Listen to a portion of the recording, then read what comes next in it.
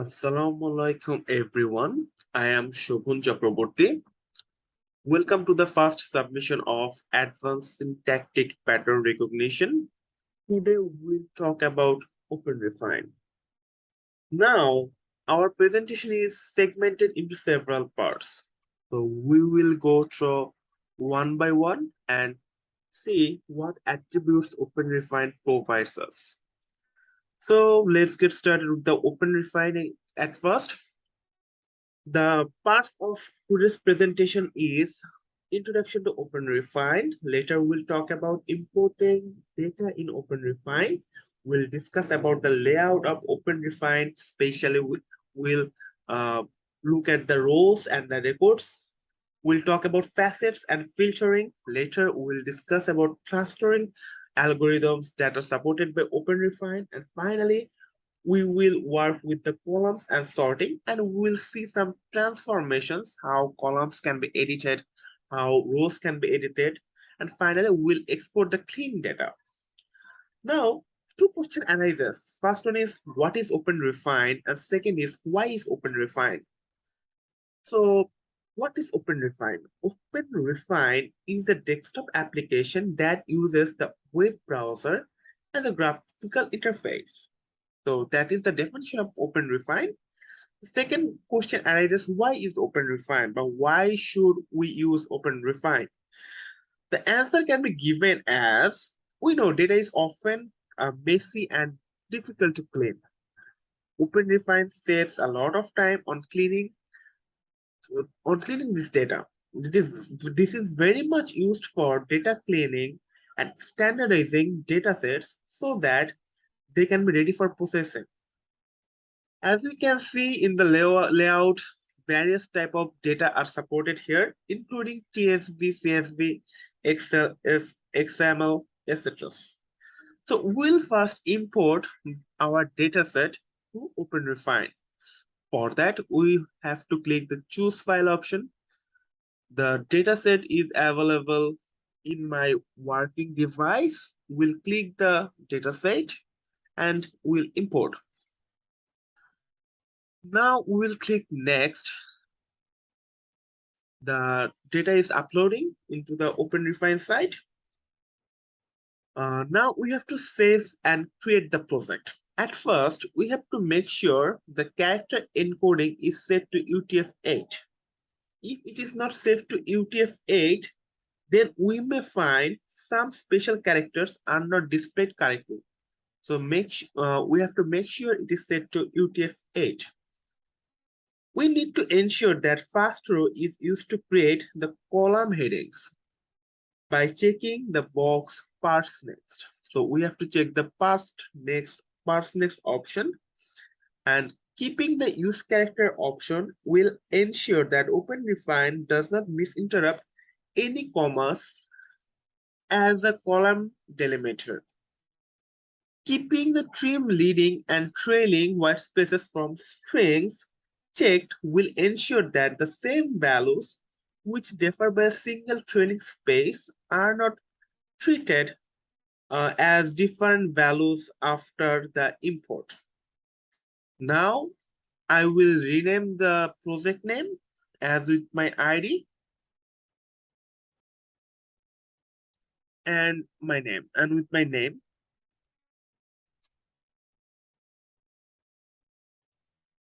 Then we'll proceed to the save create project. So let's create the project. We can see that OpenRefine has created a project for us. That's how we can import our dataset.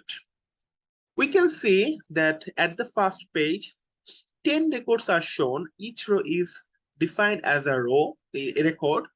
So 10 records are shown, but we can change them to 5, 25, 50 by clicking those options. For now, let's keep it 10. After that, on the right side, we can see there are several options, including next, last, previous, and first. If we click next, then we can see it is showing from record number 11 to record number 20. It means the next 10 records. If we click previous, then it will show the previous 10 records. If we click last, it will show the last record of the dataset. And if we click first, it will show the first 10 records of the dataset. We can split values through a separator in OpenRefine. For example, we can click the drop-down menu of authors. We can go to edit cells. After that, we can go to the split multi-valued cells. Now we have to use a separator. I am using vertical bar as a separator, then clicking OK. Now we can see author names are separated by a vertical bar. Now, previously, if we can see, there are in total 4009 rows. So previously there were only 1001 rows. So we can get back to the previous mode also. Let's join the data again, join the name again, go to the drop-down menu of authors, edit cells, then join multi-valued cells. As we previously used vertical bar as a separator, we have to use it again. Click the vertical bar, click OK. You can see again there are 1001 rows. So that is the basic operations of OpenRefine. Now we will talk about one of the most strong attributes of OpenRefine, which is facet. A facet groups all the values that appears in a column and allows to filter the data by these values and edit values across many records at the same time. One of the most commonly used facets is called if text facet. This groups all the text values in a column and lists each value with the number of records it appears. The facet information is appeared on the left panel.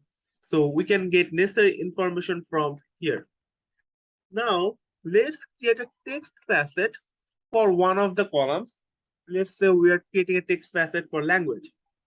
So let's go to the drop-down menu of language, go to the facet, text facet. Here we can see there are multiple languages available, including EN and English. So we can modify here.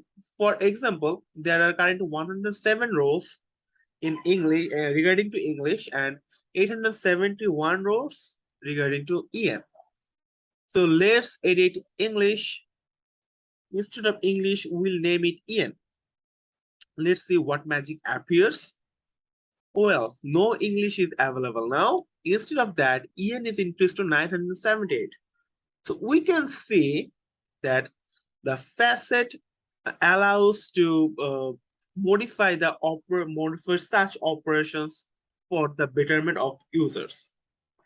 Now we can include multiple values from the facet in a filter at one time by clicking the include options. So we can include this and perform multiple values from the facet. We can also exclude this. There shouldn't be a problem. Later, if we need to search a particular word or string in a particular word or string in this data set, we can do for filtering. So let's go to language again, drop down menu of language, text filter. Then we can see there is a search bar here. So let's write English. There, as we know, there is currently no records regarding to English. That's why it is showing no records or no rows. But if we search using EN, then it will give us 978 rows and 10 rows in each page. We can invert the search also, then we can work again. If needed, we can reset all the thing and remove all the edits also. So that was the facets and filtering options of OpenRefine. Now our target is to talk about one of the major thing in OpenRefine, that is clustering. Let's talk about clustering. and see how it works. Now, if we talk how clustering works, then we can say that clustering refers to the operation of finding groups of different values. In OpenRefine, clustering has some specific operations. These values might be alternative representation of the same thing, can be helpful to identify inconsistencies in data. Inconsistencies in data refers to the finding misspellings, to non-standardized value formatting, and input error. So let's move to the next slide. In OpenRefine, two types of algorithms of clustering are supported, namely key collision and rarest neighbor. Both algorithms have their own advantages and disadvantages, and their own categories and working procedure. Multiple working algorithms fall into this type of categories. In case of key collisions, several algorithms falls into these criteria, namely fingerprint, income fingerprint, and phonetic fingerprint. Phonetic fingerprint can be later subcategorized as metaphone tree, colon phonetics, Desh-Moktov, and Bader-Modes. Finally, we need to talk about individually about the key collision algorithm. So we'll discuss first about the fingerprint algorithm. Fingerprint algorithm is less likely to produce false positives. It works starting with removing all the leading and trailing white spaces and changing all character to the lowercase representation. It also removes all punctuation and control characters and normalized extended Western characters to their ASCII representation. It splits the string into white space and separate tokens, then sort the tokens and removes the duplicates and join the tokens back together. So that was the working procedure of fingerprint, which has another version known as n-gram fingerprint. N-gram fingerprint is mainly known as for its simplicity and scalability. It changes all the characters to their lowercase representation, removes all control characters along with punctuation and white spaces, obtain all the strings n-grams, and sort them. It removes the duplicates and joins the sort of n-grams back together. And finally, it also normalizes the extended Western characters to their ASCII representation. Now, we'll talk about the phonetic fingerprint, which has several versions of several algorithms falling under it. The first one is the metaphone tree. Metaphone tree is one of the most frequently used algorithms. It is enhanced encoding procedure for both English and non-English words. Certain steps are followed in order to implement the metaphone tree approach. At first, all the vowels are encoded to the same value, which is capital A. If the parameter encode vowels is false, only initial vowels will be encoded. If encoded vowels is set to true, then capital A will be encoded. Capital W, as well as capital Y are treated as vowels, though there are differences in their pronunciation. Voiced and unvoiced consonants are mapped to the same encoded value. The sound that is spelled as TH in English is encoded to 0 here. Next algorithm is colon phonetics, which is assigns a digit, which assigns a sequence of digit called the phonetic code to word. It is mainly optimized for German language. At first, the words are preprocessed. Any consecutive duplicates are removed. Removal of 0 except at the beginning. So this is the working procedure of colon phonetics. After that, we'll talk about Desh-Moktov, which is designed to allow greater accuracy in matching Slavic and Yiddish surnames with similar pronunciation but differences in spelling. The names are usually encoded in 6 digits, which represents a sound. When a name lacks enough coded for 6 digits, Zeros are used to fill remaining digits. A, E, I, O, U, J, and Y are always coded at the beginning of name, but they're ignored except two of them form a pair, and the pair comes before a vowel. So that is the working system of Dash Mokhtov. Again, there are some remaining parts. When adjacent sound can combine to form a larger sound, they are given the code number of the larger sound. When adjacent letters have the same code number, they are coded as one sound. When a surname consists of more than one word, it is coded as if it is one word. Now, we'll talk about the final version of phonetic fingerprint, which is Bader-Morse.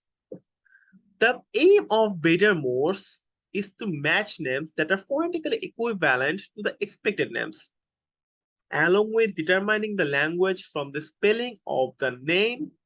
It applies phonetic rules to identify language and translate the name into phonetic alphabets. Calculating the approximate phonetic value is also another motivation of Bader-Morse, and it is very much known for calculating the Hebrew phonetic value. We're done with the key collision methods. Now we'll talk about the nearest neighbor methods. Usually two types of approaches are taken account into OpenRefine regarding to nearest neighbor. These are Levenshtein distance and PPM, which can be elaborated as parameter prediction method. Levenshtein distance is one of the simplest and most intuitive distance functions. It works between strings and is still very effective due to its general applicability. Measure the minimal number of edit operations that are required to change one string to another. One of the widely used methods is that. Next, parameter prediction methods, which used to estimate the similarity between strings and has been widely applied to the comparison of string originating from DNA sequencing. It tends to generate many false positives, so it must be used as a last resort for clustering method. So that are the basic operations or basic things or theories regarding to clustering. Now we'll get back to OpenRefine again and show practically how clustering works in OpenRefine. So let's cluster the authors column. So let's go to authors at first, click the drop-down menu, edit cells. Again, we'll split the multi-valued cells, taking vertical bar as separator, clicking OK. Now we can see the changes applied. Now let's go to the cluster section, authors, then edit cells, then cluster and edit. Let's click on the cluster and edit. Now we can see the first method is applied here is the key collation method, and the keying function is applied to the fingerprint. So built-in, the fingerprint method is already applied here. Now we can see there are many records here they have clustered, but the factor is Ashutosh is the common match here. In fact, all of the authors are matched here properly. So we can select all and click for merge select and recluster. So we can see that's how fingerprint actually works. So next, go back to the Ngram fingerprint and see how it works. So when we are clicking Ngram fingerprint, then we can see it also returns many of the values. We can click to the this row. We can edit here also if we want to. Then click merge reselect and recluster. Then again they will provide the recluster without that value. So let's go to the metaphone tree now. When we are getting or observing the result of metaphone tree, we can say so many results are returned by metaphone tree. But we have to be very careful regarding to the false positives can be found in metaphone tree. For examples, all of these are not same authors. All of these are not same authors. So let's see, did it found a match or not? For example, it get the exact match here. So we can click the merge selected and recluster, then it will work again. After that, we'll work with the colon phonetic. Here we can see colon phonetic hasn't found any match. So it's better to move to the next algorithm, which is the Dej-Moktov. In Dej-Moktov, still there is no match. Still there is no match. But we can find a match here. So we can click here and merge selection and recluster so that it can work again and find the obvious matches. Finally, we'll work with the Morse. We'll work the Bader-Morse algorithm, which is the final method of key collision, final key function of key collision actually. So we can see there are certain matches and certain unmatches. So we can select all. We can also deselect from here, and we can click the merge selected and recluster again. That's how our clustering will work. Now we are done with the key collision methods. Now move to the second method, which is the nearest neighbor in OpenRefine.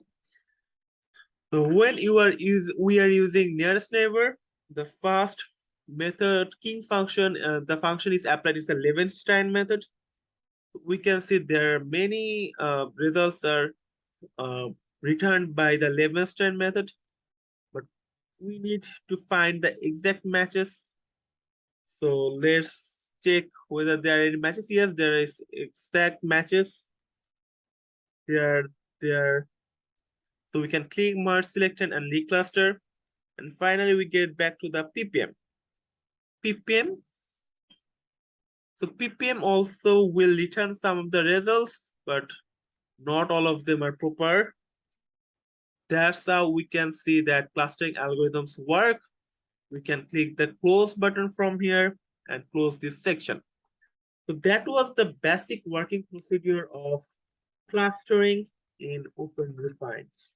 Now we're done with clustering. Now we will do some works with the columns and we'll try to sort some values from this dataset. So let's go to the drop-down menu of all. If we need, we can also join the values again as we have previously separated the values. So we would like to join the values again and back to the general format or the first format of the data set. So when we are working with columns, we can click to the drop-down menu of all. We can click edit columns. Then we can click reorder. So when we are clicking reorder, we can reorder the columns as per our wish. OpenRefine allows us to do this. So if needed, we can change the ordering also. But for now, let's keep this like the previous versions. After that, let's get back to the title section. Click title, edit column. If needed, we can rename this column name also. So we can set the name, another name if we wish to set. For now, we don't need to do that. So let's click cancel. If we want, we can also remove the column also by clicking the remove this column options. So these are the attributes or powers OpenRefine provides us. Finally, we can sort the data as OpenRefine allows to sort data in a particular manner. For example, go to authors, go to the sort section. We can sort the author name by number or by dates or any other attributes, including Boolean values. position blanks errors and valid values and blanks can be shifted also. So these are the options provided by the OpenRefine for us. So that's how we can work with the columns and sorting the options of the OpenRefine. Now we'll look some of the transformations of OpenRefine. Some transformations are used regularly and are accessed directly from menu options without having to type them directly. For example, let's click authors again, edit cells, then common transformations.